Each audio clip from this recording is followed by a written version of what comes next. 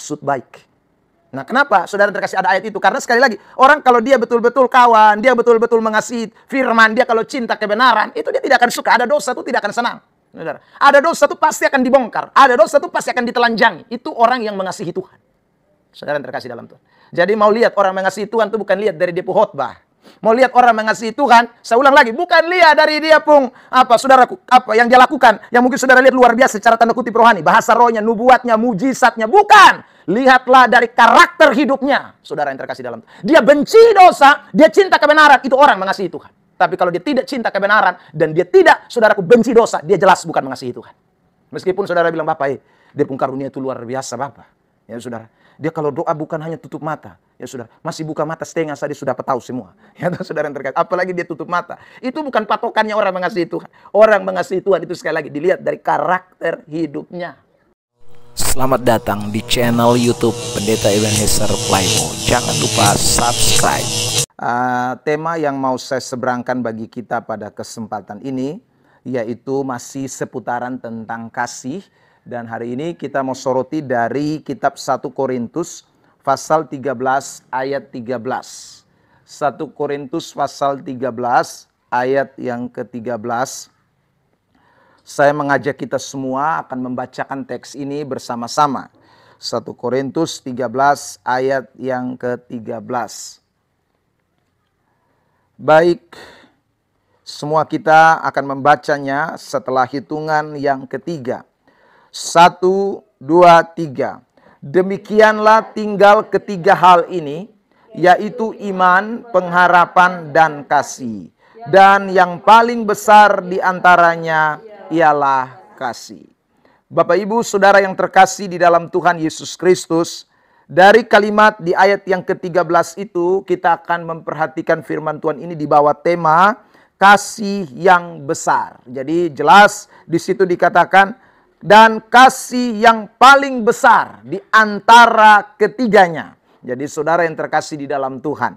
Nah, kalau kita bicara soal kasih yang besar, itu saudara yang terkasih di dalam Tuhan menunjuk kepada suatu keunggulan, ya, menunjuk kepada suatu kualitas dari kata meizon. Saudara yang terkasih, kalau saudara pergi ke kios, toko atau ke Alfamart, ya, saudara lalu kemudian membeli minuman, ada minuman namanya Maison. Nah, saudaraku, itu artinya apa? Itu maksudnya adalah unggul atau minuman yang lebih baik, ya, atau punya kualitas lebih baik.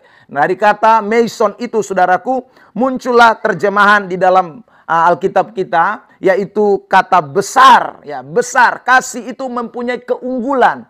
Dibandingkan dengan iman, dibandingkan dengan pengharapan, kasih itu lebih unggul. Nah, saudara yang terkasih di dalam Tuhan, mengapa kasih itu lebih unggul di antara iman dan pengharapan? Saudara, karena iman dan pengharapan itu sifatnya adalah sementara. Iman dan pengharapan itu terbatas. Iman dan pengharapan itu tidak kekal. Saudara yang terkasih di dalam Tuhan. Kalau saudara membaca baik mulai dari kitab perjanjian lama sampai perjanjian baru, saudara tidak pernah menemukan ada kata iman itu selamanya atau pengharapan itu selamanya kekal. Itu tidak pernah, saudara. Tetapi kasih itu kekal. Mari saya tunjukkan ayat di dalam kitab Yeremia pasal yang ke-31 ayat yang ketiga.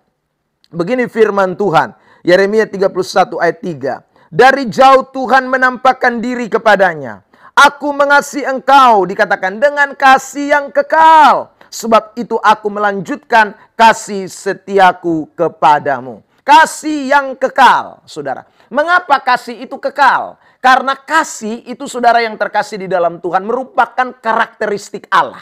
Ya, Allah itu tidak beriman, Allah itu tidak berpengharapan, tapi Allah itu adalah Allah yang kasih.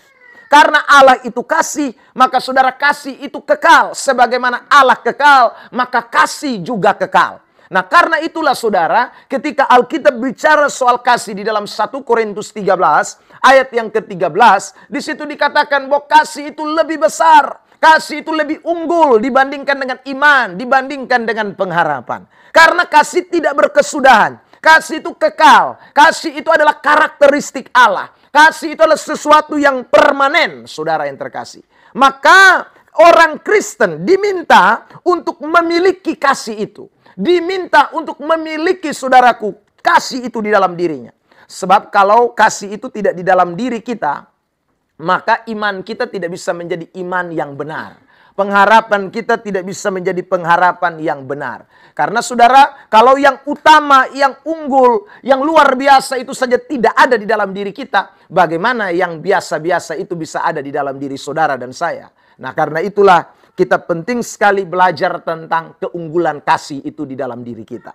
Saudara yang terkasih di dalam Tuhan, sekali lagi dalam bulan ini saudara mendengarkan banyak sekali khotbah seputaran tentang kasih, ya, seputaran tentang kasih. Tapi ingat baik-baik, kasih yang dibicarakan di dalam khotbah-khotbah yang saudara dengarkan atau di dalam Alkitab itu adalah kasih yang datangnya dari Allah. Ya saudara, kasih yang Allah berikan kepada kita itu adalah kasih yang unggul itu. Kasih yang luar biasa itu, kasih yang kekal itu.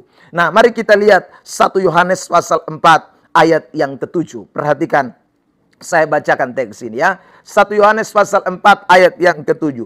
Saudara-saudaraku yang kekasih, marilah kita saling mengasihi. Sebab kasih itu dikatakan berasal dari Allah. Jadi agape atau kasih yang unggul, kasih yang berkualitas, kasih yang nilainya itu lebih tinggi dari iman, dari pengharapan, itu datangnya atau berasal dari Allah dikatakan. Saudara yang terkasih dalam Tuhan, tidak datang dari diri kita itu. Roma pasal yang kelima, ayat yang kelima, saya bacakan juga buat kita. Dan pengharapan tidak mengecewakan, karena kasih Allah telah dicurahkan di dalam hati kita. Jadi Allah itu adalah sumber kasih. Jadi kalau Allah tidak memberikan kasihnya kepada seseorang, maka saudara yang terkasih, orang itu pasti hidup tanpa kasih. Ya, kasih yang mana? Kasih yang unggul, kasih yang besar, kasih yang lebih dari sekedar, saudaraku, suatu perasaan. Kasih yang benar-benar dapat mempengaruhi seluruh hidup kekristenan kita. Itu adalah, saudaraku, kasih yang Allah berikan kepada kita. Nah saudara, tapi ingat baik-baik, meskipun kasih itu datang dari Allah, tapi itu tidak berarti bahwa kita pasif. Ya, itu tidak berarti bahwa saudara dan saya ini tidak punya kerja atau andil di dalam menerapkan kasih. Ya saudara, kasih yang dari Allah yang unggul, yang besar itu hanya bisa terrealisasi dalam hidup saudara dan saya jikalau orang meresponinya, jikalau ada orang-orang yang mau menanggapinya. Ada orang-orang yang kemudian saudaraku mau menerima kasih itu. Sebab waktu kita menerima kasih itu, waktu kita meresponi kasih itu, kita menanggapi kasih itu, maka saudara kita akan bertanggung jawab terhadap kasih yang diberikan kepada kita semua. Sebab kalau kita tidak bertanggung jawab terhadap kasih yang diberikan kepada kita, maka saudara yang terkasih dalam Tuhan, kasih itu bisa dingin, bisa pudar, bisa hilang, bisa pura-pura. Ya, saya ulangi lagi saudara yang terkasih. Meskipun kasih yang Allah berikan itu unggul, kasih yang Allah berikan itu luar biasa, tetapi kalau orang Kristen tidak meresponinya, ya susah. Maka hidupnya bisa tanpa kasih meskipun dia orang Kristen. Saya mau mengutip satu pernyataan dari seorang teolog yang menyatakan begini ya saudara. Namanya C.S. Lewis. Dia mengatakan begini dalam suatu bukunya. Dia bilang begini saudara,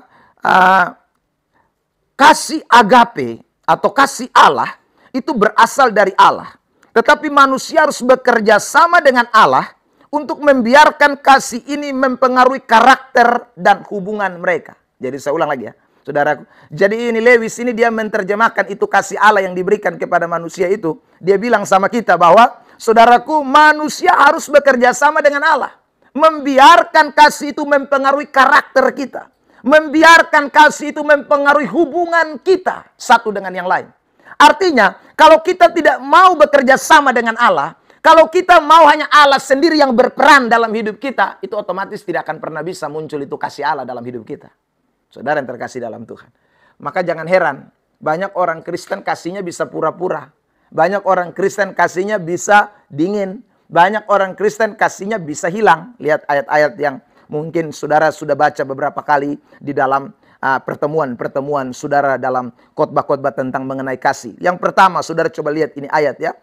Di dalam Injil Matius 24 ayat 12. Matius 24 ayat yang ke-12. Perhatikan teks itu. Dan karena makin bertambahnya kedurhakaan, maka kasih kebanyakan orang. Itu dipakai kata agapao juga. Ya, kasih yang mana? Kasih yang unggul itu. Agape itu, saudara.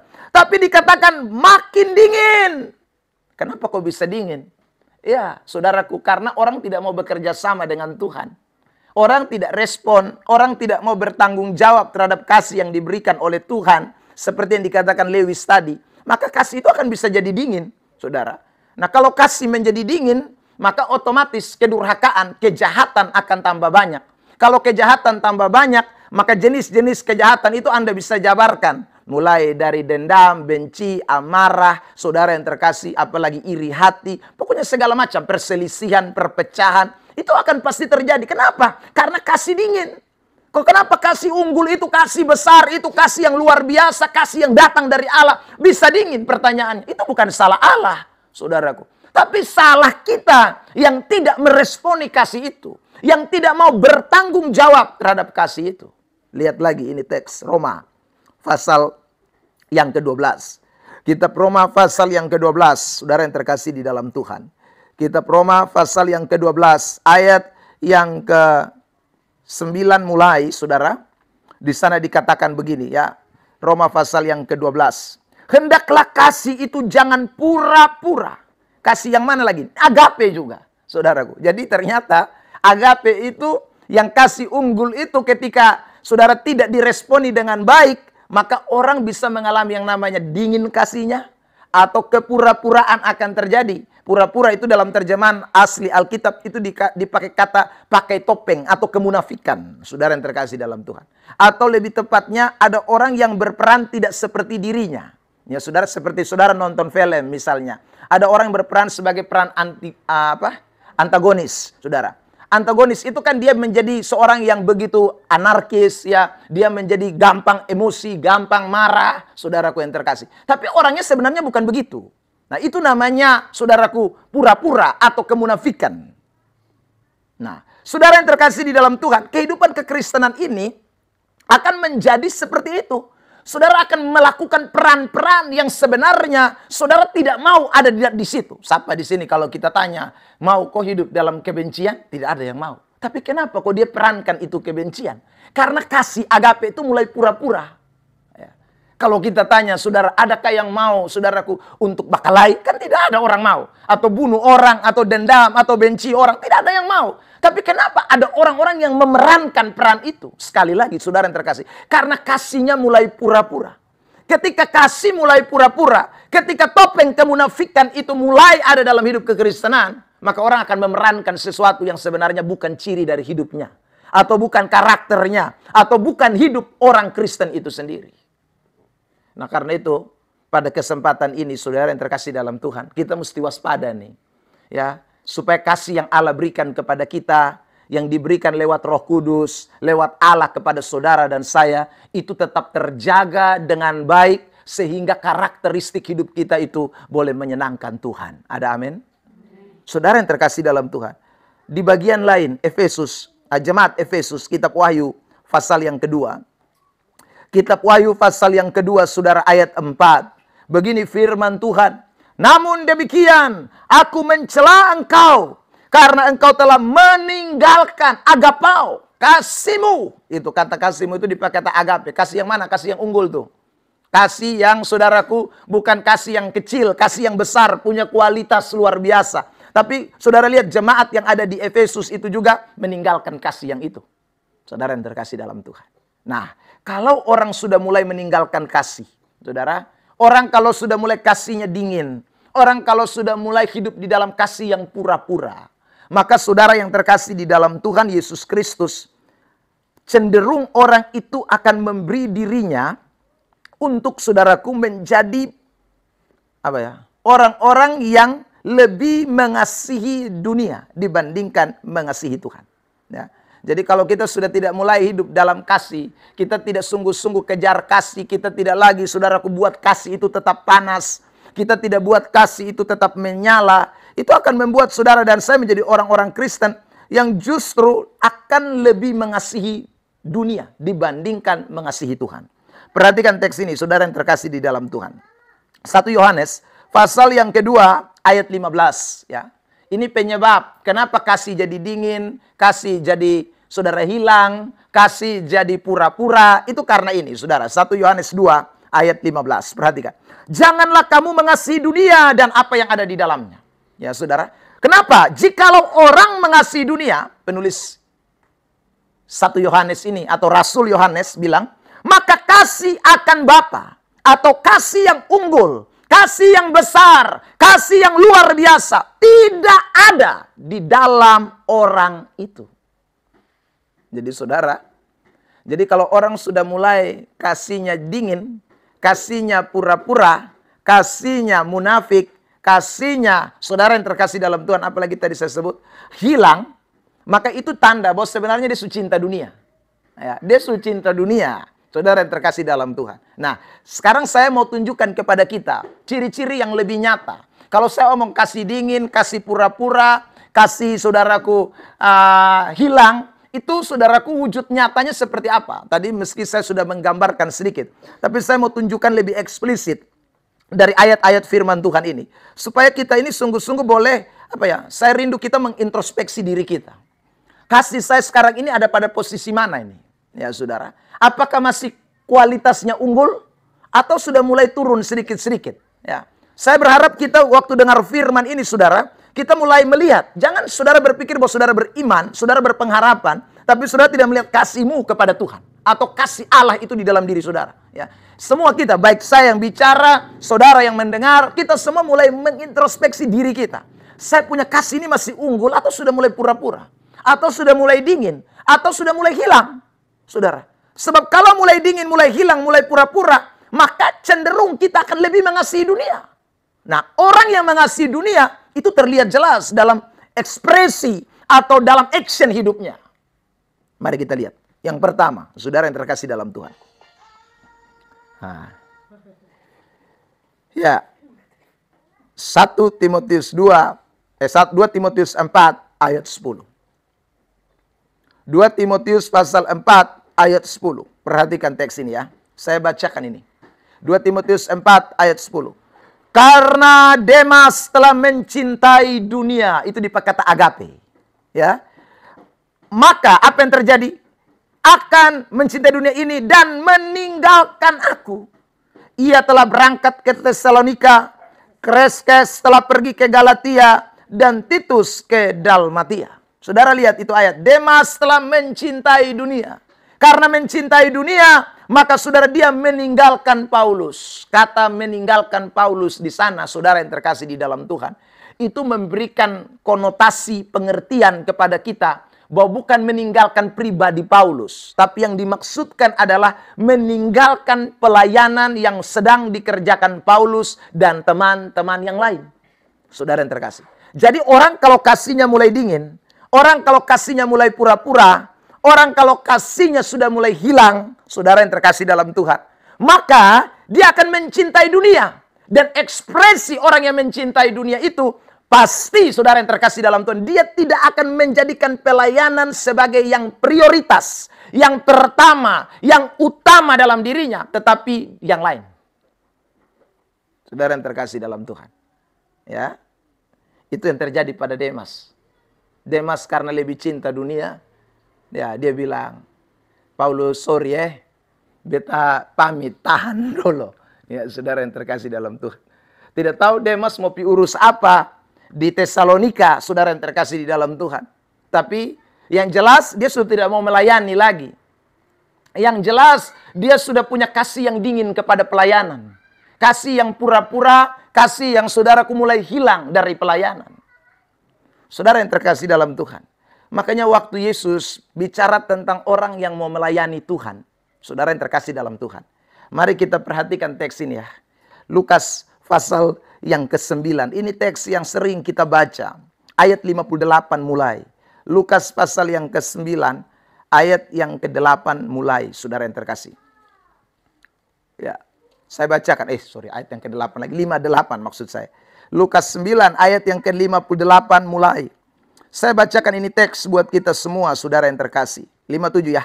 Ketika Yesus dan murid-muridnya melanjutkan perjalanan mereka, berkatalah seorang di tengah jalan kepada Yesus, "Aku akan mengikut engkau kemana saja engkau pergi."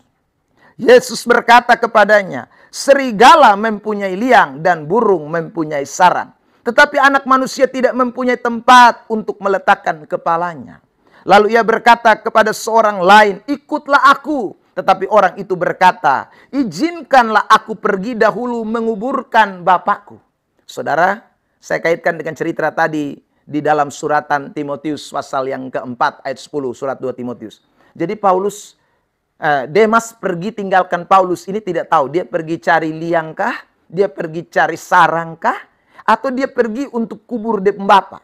Saudara yang terkasih dalam Tuhan. Ayat 60. Tetapi Yesus berkata kepadanya, biarlah orang mati menguburkan orang mati. Tetapi engkau pergilah dan beritakanlah kerajaan Allah di mana-mana. 61.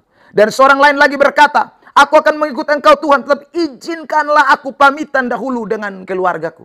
Mungkin Demas pergi ke Tesalonika untuk pamitan dengan Bapak Mama. Tetapi Yesus berkata, setiap orang yang siap untuk membajak, tetapi menoleh ke belakang, tidak layak untuk kerajaan Allah. Saudara yang terkasih dalam Tuhan, mari kita introspeksi diri masing-masing. Kalau cinta kita kepada Tuhan itu masih unggul, besar, maka dibuktikan yang pertama adalah saudara tidak boleh merasa bahwa pelayanan itu adalah sesuatu yang sampingan. Sampingan atau yang nomor 2, atau yang nomor 3, atau yang second. Bukan. Tapi pelayanan is number 1. Pelayanan itu nomor 1. Saudara yang terkasih dalam Tuhan. Dia yang utama. Kalau itu masih ada dalam diri saudara dan saya, maka itu bukti bahwa saudara mengasihi Tuhan dengan kasih yang besar, yang unggul, yang luar biasa. Ada amin? Tapi kalau itu sudah tidak lagi, hari ini Tuhan minta supaya Anda dan saya kembali kepada Tuhan. Jemaat Efesus pernah alami itu, saudara. Tapi Tuhan bilang, datanglah dan bertobatlah. Bangkitlah kembali, ya saudaraku. Tuhan datang dan bicara kepada jemaat yang ada di Efesus. Supaya ayo kembali, semangat. Saudara yang terkasih dalam Tuhan. Tuhan juga datang kepada jemaat yang ada di Roma. Dalam kitab Roma pasal 12 tadi. Di ayat yang ke-11. Di situ dikatakan. Janganlah hendaknya kerajinanmu kendor. Biarlah rohmu menyala-nyala. Dan layanilah Tuhan. Saudara yang terkasih dalam Tuhan. Kenapa? Karena ternyata kasih mulai hilang. Kasih mulai pura-pura. Kasih mulai dingin. Saudara yang terkasih dalam Tuhan. Dalam Injil Matius 24. Tadi kita baca ayat 12. Di ayat 13. Yesus berkata. Barang siapa yang saudaraku bertahan sampai kesudahannya, ia yang akan selamat. Artinya Tuhan masih kasih kesempatan dong.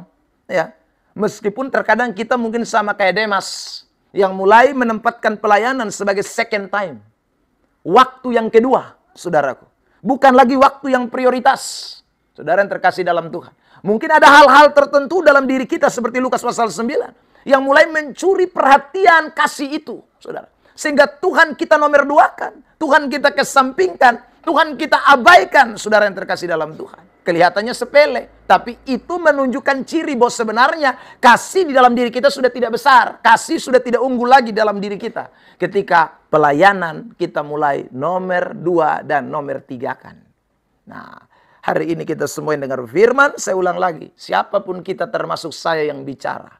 Ya, kita sama-sama mau mengoreksi dan mengintrospeksi diri kita. Tuhan, saya mau kasih yang saya punyai adalah kasih yang unggul.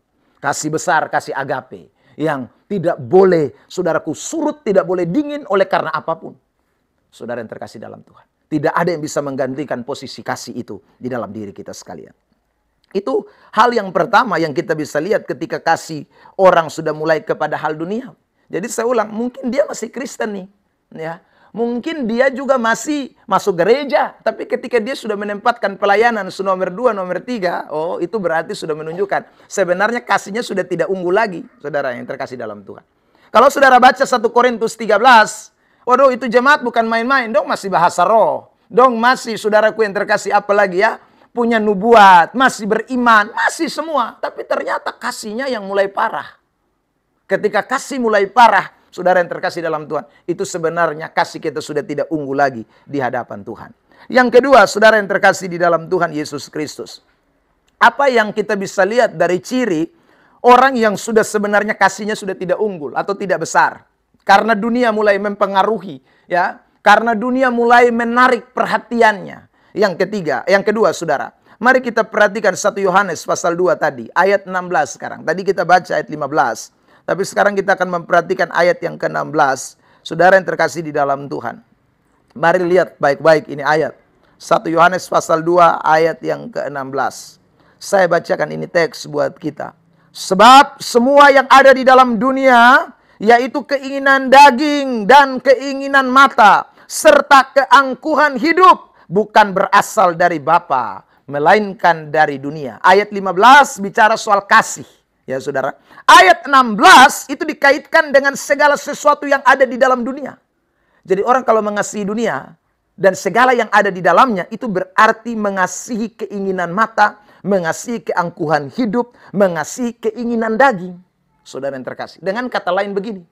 Orang kalau kasih kepada Tuhan itu mulai pura-pura, kasih kepada Tuhan itu mulai dingin, kasih kepada Tuhan itu mulai hilang, maka ciri yang kedua jelas. Dia mencintai dunia dan dunia membuat dia memiliki karakter-karakter duniawi. Apa itu karakter duniawi? Keinginan daging mulai nyata. Keangkuhan hidup mulai nyata. Keinginan mata mulai nyata. Saudara yang terkasih dalam Tuhan. Beberapa hari yang lalu saya buka TikTok. Lalu kemudian saya nonton satu video pendek dari khotbah pendeta Mel Atok. Dia bilang begini, saudara yang terkasih dalam Tuhan. Orang Kristen itu hanya bisa dilihat dari dua hal. Ya saudara yang terkasih. Yang pertama, kalau dia orang Kristen yang mengasihi Tuhan, maka dia pasti mencintai kebenaran dan membenci dosa. Ya saudara. Jadi orang kalau mengasihi Tuhan, dia pasti mencintai kebenaran, benci dosa. Benci keinginan-keinginan daging. Dia tidak suka. Tapi ada yang kedua.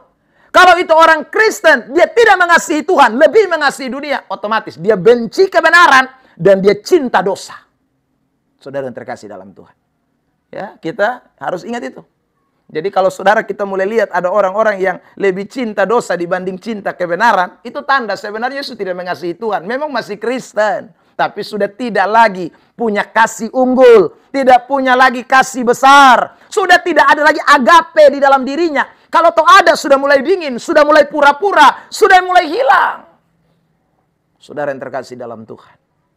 Ya, jadi mari introspeksi diri lagi yang kedua. Saudara yang terkasih. Adakah saudara menjadi orang yang membenci dosa atau mencintai dosa? Dosa itu apa saja? Keinginan daging dan keinginan mata dan keangkuhan hidup. Jadi kalau belum benci itu kemabukan, belum benci itu saudaraku kesombongan, belum benci itu percabulan, belum benci itu hawa nafsu, belum benci itu pesta pora, belum benci itu apalagi saudaraku. Pokoknya Galatia pasal 5 nanti saudara bacalah ayat 19 yang sering kita sudah baca bolak-balik. Kalau belum benci itu dosa-dosa itu, maka itu namanya keinginan daging. Dan itu artinya kasih dalam diri kita tidak ada. Kasih dalam diri kita hilang. Kasih dalam diri kita surut. Saudara yang terkasih dalam Tuhan. Ya, karena kita kalau tidak benci itu berarti kita, saudaraku, tidak cinta firman. Karena kalau kita cinta firman, kan Alkitab sudah bilang, saudaraku, orang-orang yang melakukan itu tidak akan mewarisi kerajaan Allah. Alkitab juga bilang jangan. Loh kok sudah bilang jangan kok kita masih buat? Itu berarti kita kan tidak cinta firman. Kalau kita cinta firman, dibilang jangan dong. Saudara yang terkasih dalam Tuhan. Itu kasih. Jadi kasih yang unggul itu dilihat dari situ ya Bapak Mama, Bapak Saudara. Mari kita semua hari-hari ini mulai tiap hari koreksi diri kita masing-masing. Saya ini cinta firman, kok cinta dosa Saya ini cinta kebenaran, kok saya cinta dosa. Kalau mulai ada kelihatan lebih cinta dosa, saya ulang lagi, saudara yang terkasih dalam Tuhan. Itu membuktikan bahwa sebenarnya kita tidak mengasihi Tuhan. Ya, kita tidak mengasihi Allah. Saudara yang terkasih dalam Tuhan. Kemarin saya lewat satu gereja, ya saudara, lalu kemudian saya tanya kepada pendeta yang dimana undang kami untuk berkhotbah. Saya tanya dia, Pak Pendeta, itu gereja tadi saya lewat. Saya lihat hanya 3 orang, kok 4 orang, mah gedung besar. Ya saudara. Saya tanya, kenapa? Kok itu gereja padahal di pinggir jalan? Saudara yang terkasih. Kok orang-orangnya kemana semua? Lalu itu Pak Pendeta bilang, Bapak dengar itu kasus. Kasus apa? Yang dulu tempat viral di Victor Lerik itu. Ya saudara, ya. Itu di pendeta itu. Ya. Ternyata saudaraku yang terkasih dalam Tuhan, di pendeta bermain perempuan. Ya. Dia pun pendeta, saudara yang terkasih dalam Tuhan. Ada anak nona di itu gereja, dia suka raba-raba. Nah ini bagus. Saudara yang terkasih dalam Tuhan. Nah itu lihat. Saudara lihat, itu orang Kristen. Bahkan bukan Kristen, dia pendeta. Tapi saya ulang, dia tidak mengasihi Tuhan. Kalau tidak mengasihi Tuhan, kebenaran dia tidak kasih. Perilakunya akan model begitu. Karakter hidupnya akan model seperti itu. Tapi masih pimpin gereja, saudara. Nah, kalau ada pendeta begitu, terlalu mungkin ada majelis atau jemaat yang model seperti itu banyak. Terlalu banyak. Tapi masih pergi gereja, masih Kristen, masih melayani. Tapi sesungguhnya kasih sudah tidak ada dalam dirinya. Tidak ada kasih. Sebab orang kalau ada kasih, dia benci dosa. Orang kalau ada kasih, dia tidak suka dengan dosa. Itu ciri kasih. Saudara yang terkasih dalam Tuhan. Saya suka baca ayat dalam kitab Amsal yang mengatakan dengan jelas, saudaraku, ya. Orang kalau mengasihi itu, saudara yang terkasih dalam Tuhan, dia akan menegur. Ya, ada kawan yang mencium secara berlimpah-limpah. Ya, itu ayat bilang begitu. Ada lawan yang mencium secara berlimpah-limpah, tetapi ada kawan yang memukul dengan maksud baik. Nah, kenapa saudara yang terkasih ada ayat itu? Karena sekali lagi, orang kalau dia betul-betul kawan, dia betul-betul mengasihi firman, dia kalau cinta kebenaran, itu dia tidak akan suka. Ada dosa itu tidak akan senang. Saudara, ada dosa itu pasti akan dibongkar. Ada dosa itu pasti akan ditelanjangi. Itu orang yang mengasihi Tuhan. Saudara yang terkasih dalam Tuhan. Jadi mau lihat orang mengasihi Tuhan itu bukan lihat dari dia khotbah. Mau lihat orang mengasihi Tuhan, saya ulang lagi, bukan lihat dari dia saudaraku, yang dia lakukan, yang mungkin saudara lihat luar biasa secara tanda kutip rohani, bahasa rohnya, nubuatnya, mujizatnya, bukan. Lihatlah dari karakter hidupnya, saudara yang terkasih dalam Tuhan. Dia benci dosa, dia cinta kebenaran, itu orang mengasihi Tuhan. Tapi kalau dia tidak cinta kebenaran dan dia tidak, saudaraku, benci dosa, dia jelas bukan mengasihi Tuhan. Meskipun saudara bilang, Bapak, dia pun karunia itu luar biasa, Bapak. Ya saudara, dia kalau doa bukan hanya tutup mata. Ya saudara, masih buka mata setengah saja sudah tahu semua. Ya saudara yang terkasih, apalagi dia tutup mata. Itu bukan patokannya orang mengasihi Tuhan. Orang mengasihi Tuhan itu sekali lagi dilihat dari karakter hidupnya. Ya. Jadi kalau karakter hidup mas parah-parah, jangan omong mengasihi Tuhan. Mesti saudara yang terkasih dalam Tuhan, itu mesti bertobat. Makanya kalau saudara baca Roma 12, sebelum ayat 9, ayat 2 bilang begini. Hendaklah kita jangan menjadi serupa dengan dunia ini, tapi berubahlah oleh pembaharuan budimu supaya engkau dapat mengerti kehendak Allah, mengenal apa yang baik. Ya saudara, itu karena apa? Karena nanti kalau tidak, makanya tidak bisa di ayat 9. Kasih pasti pura-pura. Ya. Ayat 2 itu menjadi penting. Jadi mesti betul-betul bertobat, sungguh-sungguh tinggalkan. Itu baru mengasihi Tuhan. Sebab kalau tidak mengasihi Tuhan dengan cara itu kasih yang pura-pura. Jadi saya ulang, ingat baik-baik ciri orang mengasihi Tuhan dan tidak mencintai dunia itu satu. Kalau dia menempatkan pelayanan nomor satu. Kalau nomor satu itu pelayanan, itu orang yang betul-betul mengasihi Tuhan. Kedua, saudaraku, mau tahu dari mana orang mengasihi Tuhan? Lihat dari dia punya karakter. Dia cinta firman, dia suka kebenaran dan benci dosa, atau dia benci dosa, dia benci kebenaran dan cinta dosa. Kalau itu terlihat, maka itu membuktikan itu orang mengasihi Tuhan atau tidak. Yang ketiga, saudara yang terkasih dalam Tuhan. Mari kita perhatikan Yohanes 12 ayat 43. Yohanes 12 ayat 43. Saya bacakan ini firman buat kita semua ya. Yohanes 12 43. Sebab mereka lebih suka. Kata suka di sana sebenarnya lebih tepat itu diterjemahkan dengan cinta. Kenapa? Mengasihi. Kenapa? Karena dipakai kata agape. Ya. Sebab mereka lebih agape akan kehormatan manusia, atau lebih suka, lebih mengasihi kehormatan manusia daripada kehormatan Allah. Saudara yang terkasih di dalam Tuhan Yesus Kristus, siapakah yang disebut mereka di dalam teks ini? Ini adalah orang-orang Farisi atau orang-orang saudara ahli-ahli Taurat yang menjadi percaya kepada Yesus. Tapi mereka tidak mau menyatakan bahwa mereka percaya. Mereka sembunyi-sembunyi. Kenapa mereka sembunyi-sembunyi? Karena mereka takut, saudaraku. Kalau mereka nyatakan sungguh-sungguh bahwa mereka itu orang percaya, mereka itu adalah anak Tuhan, nanti saudaraku mereka kehilangan kehormatan mereka di hadapan manusia. Atau nanti tidak banyak orang yang suka mereka. Nanti mereka dikucilkan. Nanti mereka diasingkan. Nanti tidak punya kawan. Tidak punya relasi, saudaraku. Putus hubungan dengan keluarga yang lain. Don't takut. Karena takut itu, maka mereka tidak berani menyatakan diri mereka sebagai orang percaya. Mereka jaga kehormatan mereka. Saudara yang terkasih di dalam Tuhan. Akhirnya, karena jaga itu kehormatan, karena jaga itu relasi, karena jaga supaya ini hubungan jangan rusak. Saudara yang terkasih, mereka lawan firman Tuhan. Padahal mereka sudah tahu Yesus itu anak Allah. Dong tahu Yesus itu benar-benar Tuhan. Dong su tahu. Tapi dong sone mau. Dong takut mati punya. Saudaraku. Karena mereka lebih suka kehormatan. Berapa banyak orang Kristen model begitu? Dia sudah tahu firman. Dia sudah tahu kebenaran. Dia sudah dengar khotbah panjang lebar. Sudah tahu semua. Tapi saudara, dia jaga dia punya nama baik. Kalau beta ikut lurus-lurus firman, nanti orang bilang apa? Ini bodoh ini. Nanti keluarga son mau deng kotong lai. Nanti kotong son ada yang datang. Ini model Farisi. Ini orang yang sebenarnya kasihnya kepada Allah sudah mulai hilang, mulai surut, mulai pura-pura karena takut kehilangan relasi dan kehormatan. Saudara yang terkasih dalam Tuhan, mari kita belajar dari ini firman ya. Saudara, kadang-kadang kita mesti pikir, saya mesti cinta Tuhan. Buktinya dong, relasimu dengan Tuhan bagaimana? Kalau engkau lebih suka jaga kehormatan manusia dibandingkan dengan kehormatan Tuhan, maka Anda sebenarnya tidak mengasihi Tuhan. Sorry to say. Saudara yang terkasih dalam Tuhan, saya mesti bicara ini, ya. Maka Anda dan saya mesti ingat baik-baik. Ini ikut Tuhan tuh begitu.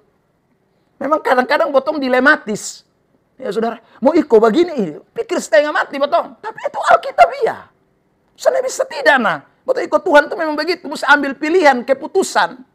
Sana bisa abu-abu, sana bisa. Anak-anak Tuhan. Ya. Kalau kita mau jaga manusia pun kehormatan memang enak. Botong tetap ada kawan banyak, masih tetap ada orang-orang yang dukung katong. Ya karena kotong jaga dong pun kehormatan. Kotong jaga dong pun nama, kotong jaga kotong pun relasi dan dong. Tapi persoalan dengan Tuhan baik kosong deh. Mari selanjutnya saya mau kita baca ayat 48, Yohanes 12. Mari kita lihat. Lalu Tuhan Yesus bilang apa? Waktu Tuhan dapati mereka model seperti itu, Tuhan bilang apa? 48 ya, 47, 48. Mari kita lihat Yohanes pasal 12. Yohanes pasal 12. Injil Yohanes pasal 12. Perhatikan ini. 47, 48. Sama-sama kita baca ini ayat dulu dalam hitungan ketiga. 1, 2, 3. Dan jikalau seorang mendengarkan perkataanku, tetapi tidak melakukannya, aku tidak menjadi hakimnya. Sebab aku datang bukan untuk menghakimi dunia, melainkan untuk menyelamatkannya. Tuhan Yesus bilang sama mereka, kalau kamu tidak mau dengar, kamu takut malu, kamu sudah dengar tapi kamu tidak mau lakukan karena kamu takut kehilangan kehormatan, ya. Kamu takut, saya tidak hakimi kamu, tetapi 48. Perhatikan. 1, 2, 3. Barang siapa menolak aku dan tidak menerima perkataanku, ia sudah ada hakimnya, yaitu firman yang telah aku katakan. Itulah yang akan menjadi hakimnya pada akhir zaman. Yesus bilang, saya sudah hakimi lu, tapi firman yang nanti akan hakimi kau. Saudara yang terkasih dalam Tuhan. Ya, sebab waktu hari kedatangan Tuhan, pendeta Eben tidak berdiri di sana. Lalu pendeta Eben mulai omong, ya, ibu ini, ibu itu, bapak ini, bapak itu. No, saudara. Wahyu pasal 20 mengatakan semua kitab akan dibuka di sana. Dan saudara punya perbuatan semua sudah tercatat. Kitab-kitab itu apa? Firman Allah yang akan dibuktikan semua. Oh kau begini, kau begitu. Bukan lagi manusia.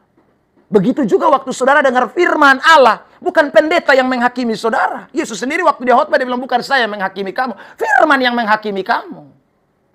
Kadang-kadang kita pun cara berpikir lain. Waktu kita dengar orang khotbah, kita pikir orang hakimi kita. Bukan. Firman yang menghakimi kita. Sampai kita sudah tidak bisa bergerak lagi. Itu firman, bukan dia. Tuhan hanya pinjam dia punya mulut. Tuhan hanya pinjam dia punya bahasa. Tuhan hanya pinjam kata-katanya. Sebenarnya firman yang hakimi kita. Ada amin? Maka jangan pernah lagi suka omong bilang, dia sindir saya, dia singgung saya. Itu tidak ada, saudara. Firman yang sindir kita. Firman yang singgung kita. Bukan manusia. Dihakimi saya, bukan. Saudaraku, itu firman yang hakimi kita. Sebab tidak ada manusia bisa hakimi orang. Yesus tidak bisa hakimi apa lebotong. Saudara yang terkasih dalam Tuhan. Ya, semua kita dihakimi oleh firman. Termasuk saya yang bicara. Semakin saya keras bicara firman, sebenarnya saya semakin dihakimi oleh kebenaran itu. Ya, saudara yang terkasih dalam Tuhan. Saya sedang menyoroti diri saya juga kan. Saudara yang terkasih dalam Tuhan. Nah karena itu hari ini, mari kita semua yang dengar firman Tuhan. Dengar baik-baik, kasih itu akan unggul. Kalau kita lebih jaga kehormatan Tuhan. Kita lebih jaga relasi kita dengan Tuhan dibandingkan relasi kita dengan sesama. Siapapun dia, saudara. Ya, saya ulang lagi. Kita mesti lakukan firman. Perkataan Tuhan lebih utama dibandingkan apapun, saudara. Sebab kalau tidak, Anda tanggung jawab nanti. Saudara yang terkasih dalam Tuhan. Ya. Ada yang bilang begini, Pak Pendeta, kan Tuhan itu maha pengampun dan maha penyayang. Saudara yang terkasih, ya memang Tuhan maha pengampun dan maha penyayang, saudaraku. Tapi persoalannya adalah, saudara mesti baca Ibrani pasal yang ke-6 juga kan. Itu ayat bilang, kalau saya sudah memperoleh pengetahuan tentang kebenaran, tapi kamu masih terus melanggar, kamu terus tidak mau taat, saudaraku. Maka itu orang itu disebut orang murtad, saudaraku. Itu orang yang murtad itu. Orang yang tidak mau hidup di dalam kebenaran. Orang kalau semakin dengar firman, dia semakin belajar tunduk. Belajar taat. Bukan bebal, bukan bodoh, saudara. Ya, ini tidak boleh kita lupakan anak-anak Tuhan, sehingga kasih kita tetap unggul, kasih kita tetap mantap di hadapan Tuhan. Saya ulang lagi, kasih yang besar itu datang dari Allah. Allah sudah curahkan di dalam hati kita semua oleh Roh Kudus. Diberikan kepada kita. Kasih itu lebih dari iman, kasih itu lebih dari pengharapan.